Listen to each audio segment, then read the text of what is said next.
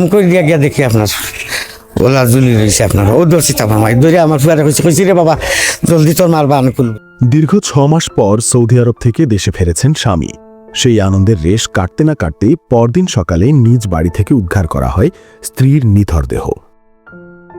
ঘটনাটি শুক্রবার সকালে গোলাপগঞ্জ উপজেলার লক্ষ্মীপাশা ইউনিয়নের দক্ষিণ ভাগ বাউশি গ্রামে ঘটে। জানা যায় সকালের দিকে স্বামী মাহমুদ স্ত্রী হুসনা বেগমকে ঘরের ফ্যানের সাথে ফাঁস লাগানো অবস্থায় দেখতে পান। এ সময় তাকে উদ্ধার করে সিলেট ইবনে সিনা হাসপাতালে নেওয়া হলে চিকিৎসক তাকে মৃত ঘোষণা করেন। পরে পুলিশ মরদেহ উদ্ধার করে ময়নাতদন্তের জন্য ওসমানী মেডিকেল কলেজ হাসপাতাল মর্গে পাঠায়। ও গিয়া খুঁটার মধ্যে দান দিয়েছি, দান দেখি আপনার বুঝছেন ও খুঁটা দিয়া মুখে দিছি, মুখে দিয়া গিয়া দেখি আপনার ওলা জুলি রয়েছে আপনার ও ধরছি তাপ আমার ধরে আমার ফুয়ারে কইছি রে বাবা জলদি তোর মারবা আনুকুল বুঝছেন।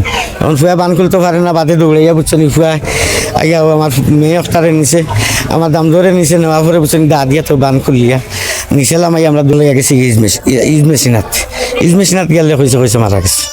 মরদেহ উদ্ধারের বিষয়টি নিশ্চিত করে গোলাপগঞ্জ মডেল থানার অফিসার ইনচার্জ মোহাম্মদ আরিফুল ইসলাম বলেন, মৃত্যুর কারণ অনুসন্ধানে তদন্ত চলছে।